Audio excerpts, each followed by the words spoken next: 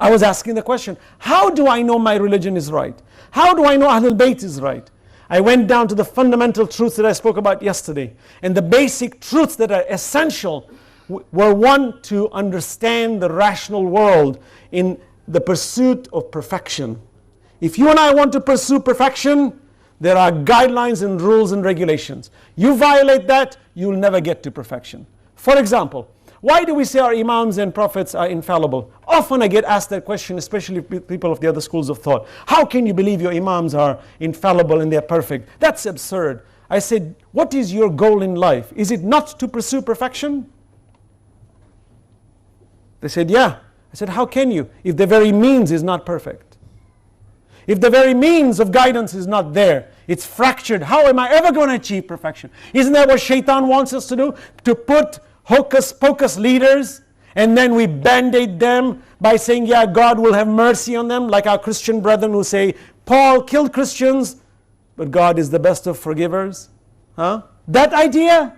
So you have bad leadership, so that we all fall like the piper and we go into the abyss because we think that's the guidance? Or should we attain perfection and we must demand that the means by which God guides us must be a perfect system, otherwise I'm not interested in wasting my time? If the atheist says, I don't follow your religion because it appears imperfect, I say, no problem, you have a valid reason, but are you sure it's imperfect, or have you wanted it to be imperfect?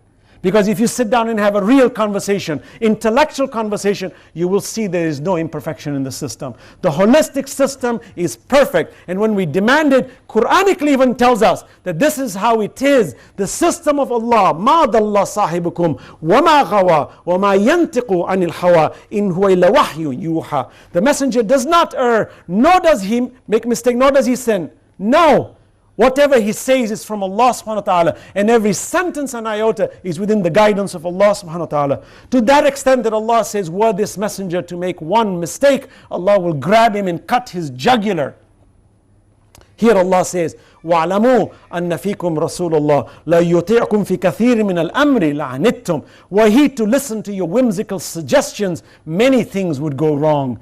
Proof that prophets are infallible and that they get guidance from Allah. They guide the people. The prophet does consult the people, but to help them in the art of consultation. But the ultimate decision is Allah and